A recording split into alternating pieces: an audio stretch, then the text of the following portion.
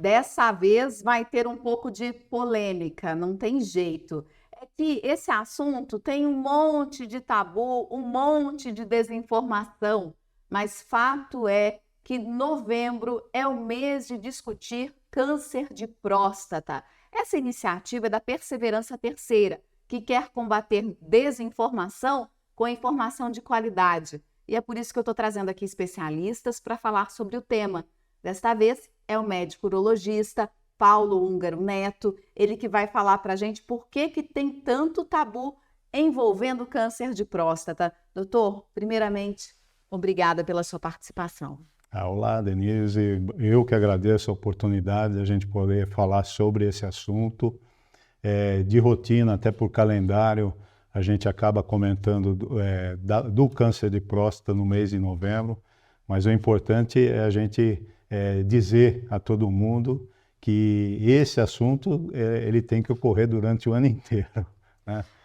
Doutor, é interessante porque o senhor é super bem-humorado, a gente percebe isso até facilita falar desse tema, porque a gente sabe que os homens acabam tendo muito preconceito. Muitas vezes eles vão no médico quando já está num estágio avançado, né? Primeiramente, assim, por que esse preconceito com a próstata? Bom, na realidade, eu acho que isso é uma barreira cultural que a gente tem que vencer. Eu sou um médico urologista, até por esclarecimento, a urologia é uma especialidade médica cirúrgica, né? E cabe ao médico urologista lidar com os problemas cirúrgicos do aparelho urinário e do aparelho genital. Muita gente até fica surpreso, mas é por conta disso que às vezes a própria mulher vai ao urologista, né? Isso a gente também tem alguns desentendimentos, algumas desinformações em relação a isso. Mas fato é que a questão cultural, ela vem sendo vencida através das informações mesmo. As informações elas têm que ser de forma claras e objetivas, e é um pouquinho disso que a gente veio falar hoje com vocês, dessas informações. O que é a próstata, né? Eu acho que assim, para mim também vai ser novidade eu ouvir o que é a próstata. A gente ouve muito falar em novembro mais ainda, mas afinal de contas, para que serve a próstata? Bom, a próstata, Denise, é uma glândula como se fosse uma amêndoa, no tamanho de uma amêndoa, e ela fica localizada abaixo da bexiga. E atrás dela fica o reto. Aí a gente já começa a esclarecer por que dentro do rastreamento do câncer de próstata, o médico urologista precisa fazer o toque retal. Qual que é a particularidade da próstata? É que no meio da próstata passa o canal da urina, que é a uretra, né? Algumas condições de natureza de idade, que são condições benignas, como por exemplo a hiperplasia benigna da próstata, aí eu não estou falando em câncer, elas acometem de imediato essa uretra pelo inchaço, pelo crescimento, o estrangulamento da uretra, e o paciente ele acaba procurando o médico por esse desconforto. São sintomas irritativos, sintomas obstrutivos, mas isso é da natureza de uma patologia benigna da próstata. Qual que é o risco, qual que é o problema, qual que é o perigo que a gente tem que primeiro alertar o pessoal, a população? O pessoal do sexo masculino. É onde aparece o câncer de próstata. Voltando ao que eu falei, se ela fosse do tamanho de uma amêndoa, que o câncer de próstata ele acaba aparecendo na casca dessa amêndoa aí. E para o paciente, para o cliente ter um sintoma dessa natureza, como uma patologia benigna, seria necessário, e é necessário que esse câncer seja avançado, entendeu? Então, o câncer de próstata, ele tem uma natureza silenciosa mesmo. Então, nós precisamos prevenir. Outro dia escutei uma frase muito importante, eu acho que quem procura, cura. E eu acho que em cima desse fator cultural, desse suposto constrangimento que o sexo masculino tem, eu acredito que a gente acabe vencendo isso principalmente com a humanização na consulta, né? O médico urologista, e eu conheço vários aí, que também trabalham nessa mesma linha. Eu acho que essa questão, nós temos que aproveitar essa questão do humor para trazer o cliente para a gente. Quando ele sabe o que ele está fazendo, quando ele sabe que é preciso fazer, é um cliente conquistado para o resto da vida mesmo, né? E a gente acaba virando, como ginecologista para a mulher, aquele médico de confiança, né? Doutor, é inevitável não falar disso, né? Assim, a mulher, desde a adolescência, né? Quando ela entra no período fértil, ela vai no ginecologista. É uma consulta desconfortável, né? Sim. A menina assusta, tantas perguntas sobre o próprio corpo, né? É uma posição desconfortável ao longo da sua vida, uma vez por ano você vai ficar lá. Então, homem, por favor,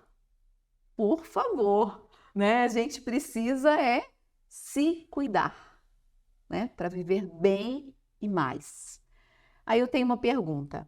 Aquele homem que levanta muitas vezes à noite para urinar, né? Ou que percebe que está com uma dorzinha, uma queimação, alguma coisa é indicativo? Ou pode ser só o aparelho urinário? A próstata, o doutor me falou agora que ela é silenciosa. O Mas quando o câncer?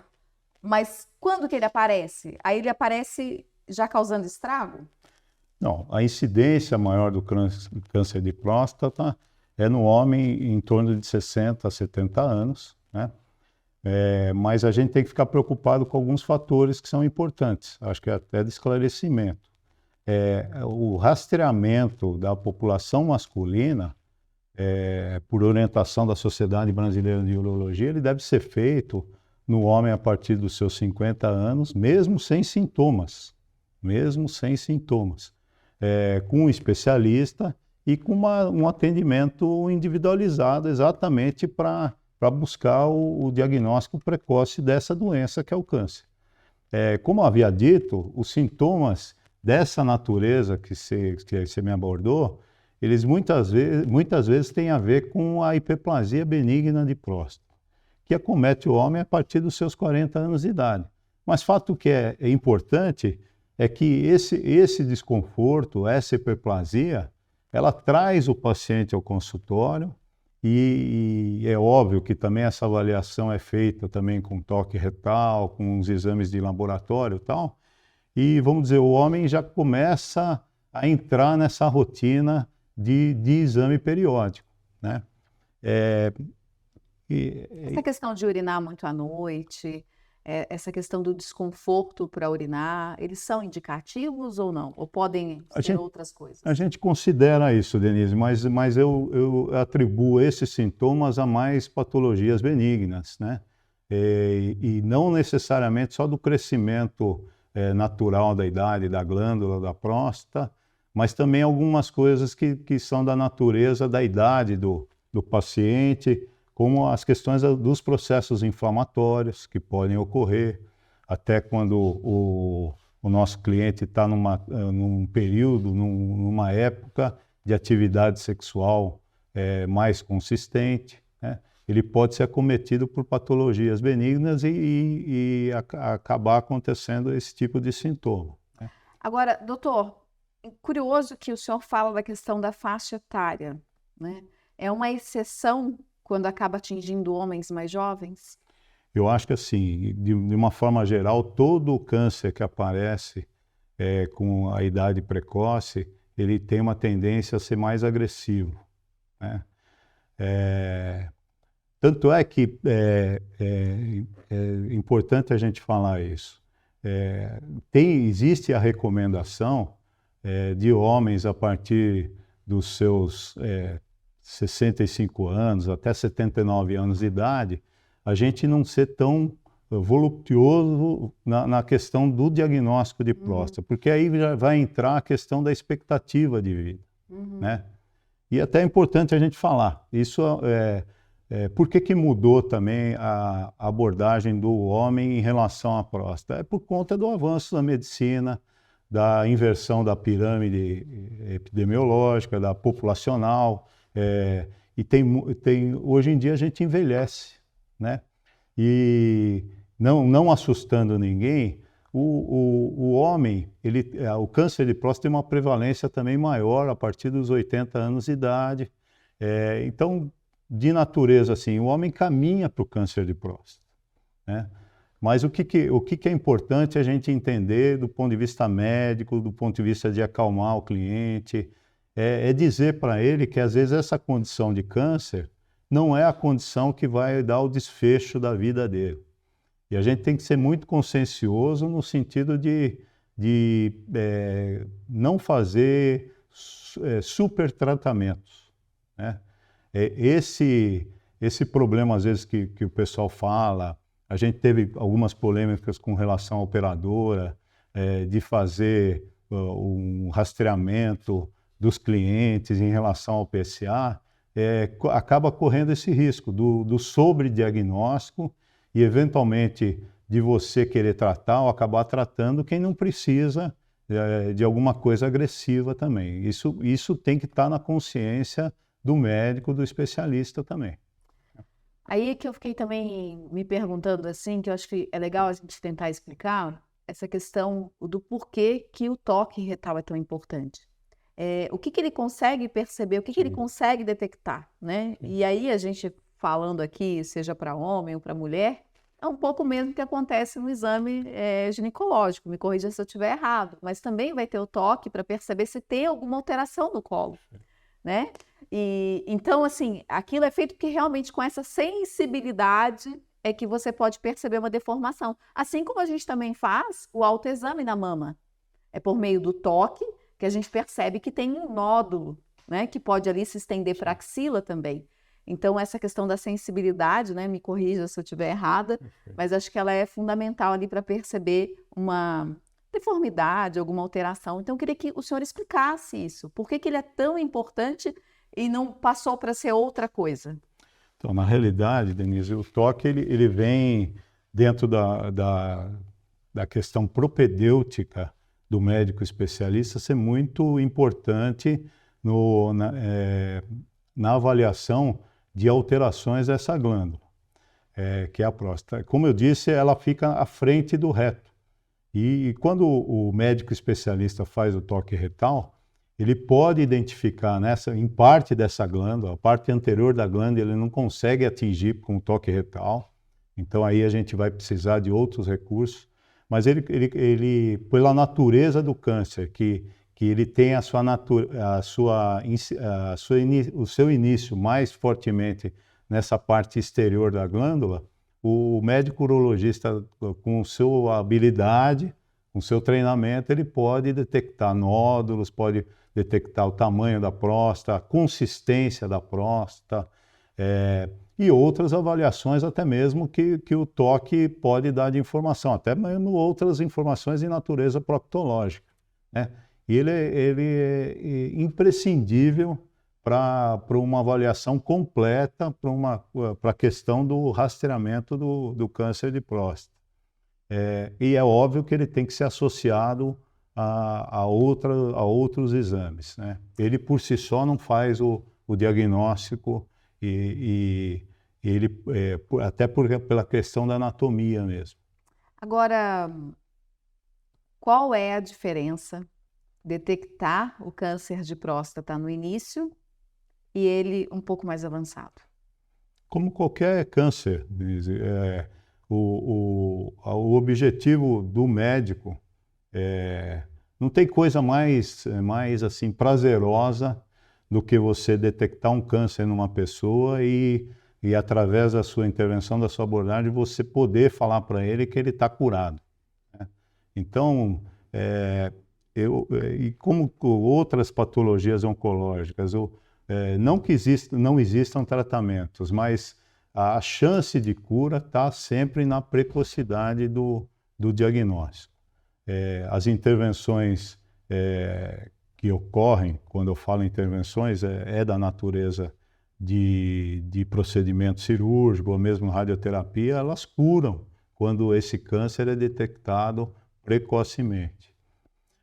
Para as patologias que a gente detecta em estado mais avançado, e aí a gente já pode falar, e o pessoal já começa a entender esses palavreados médicos da questão de metástase e tal, aí você já tem poucas ou menores chances da questão da cura, né? Você vai trabalhar, às vezes, a qualidade de vida do paciente, você vai ser necessário fazer algumas outras abordagens, mas sempre com uma expectativa de qualidade de vida e dificilmente pela cura, né? Câncer de próstata deixa sequelas? Quando ele bem tratado, inicialmente detectado, ele pode ter algumas complicações do próprio tratamento cirúrgico ou do radioterápico, mas que são todas elas passíveis de tratamento. E que com certeza, né, aí eu estou falando da própria questão, depois de uma cirurgia, de uma prostatectomia radical, ou também através da radioterapia, o cliente desenvolver a questão da impotência, da incontinência urinária, mas tudo hoje tem possibilidade de tratamento.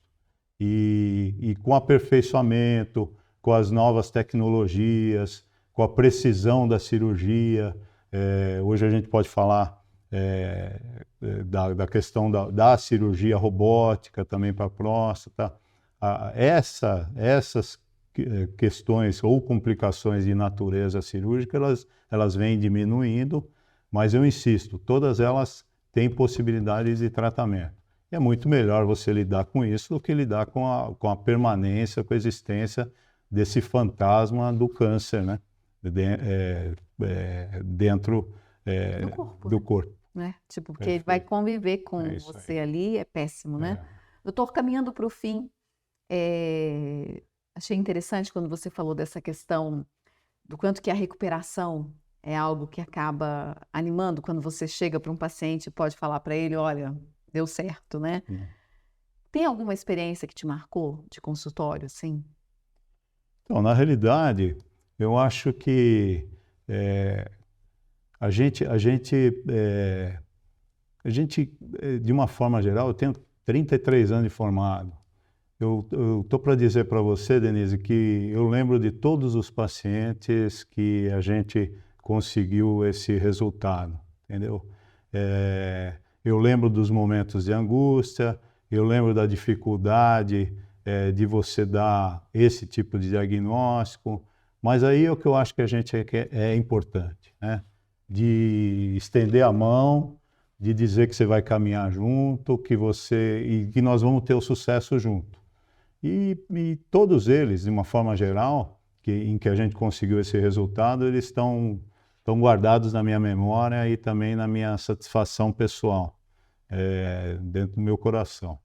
Se você me permitir, eu queria aproveitar a oportunidade só para incrementar um pouquinho essa nossa fala do diagnóstico em relação ao que se pratica, né? Como eu disse, o câncer de próstata, o rastreamento tem a ver com a propedêutica do toque retal, mas ele também hoje, e há muito tempo, ele vem sendo auxiliado com o PSA. A gente não falou nisso. Mas eu queria comentar um pouquinho sobre o PSA. O PSA é uma glicoproteína que é produzida especificamente pela próstata. Ele não é específico para o câncer de próstata. E eu acho que é isso que o pessoal tem que saber, a população tem que saber. Então, alterações de PSA não necessariamente se dão por câncer de próstata. Outras patologias, a hiperplasia, a prostatite, a manipulação. Quando a gente faz um exame clínico no consultório de um toque retal, a gente pede para o paciente aguardar alguns dias para poder fazer a coleta. Por quê? Porque a gente sabe que esse PSA ele pode estar alterando em função disso. Mas o importante é que todo mundo saiba que o PSA não é específico para câncer de próstata. 20% de paciente que tem câncer de próstata pode ter esse PSA dentro de uma faixa de normalidade.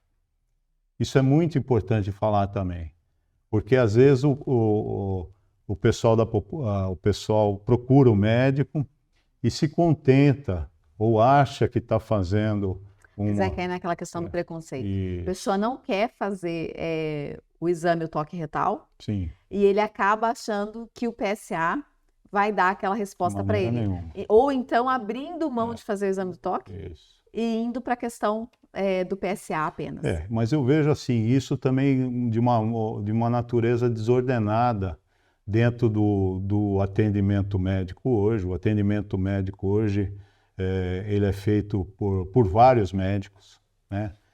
E o paciente, ele é leigo, o cliente, ele é leigo. Às vezes ele mesmo se contenta em ter feito um PSA dentro de uma normalidade e ele também pode não estar sendo orientado da necessidade de fazer o toque retal. Aí a minha crítica não é só ao cliente e ao paciente.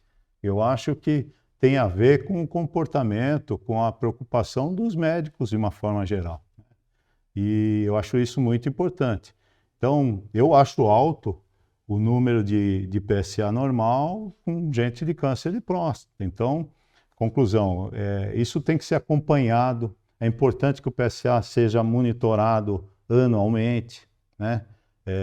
Para a gente ver a velocidade desse crescimento em relação ao anterior.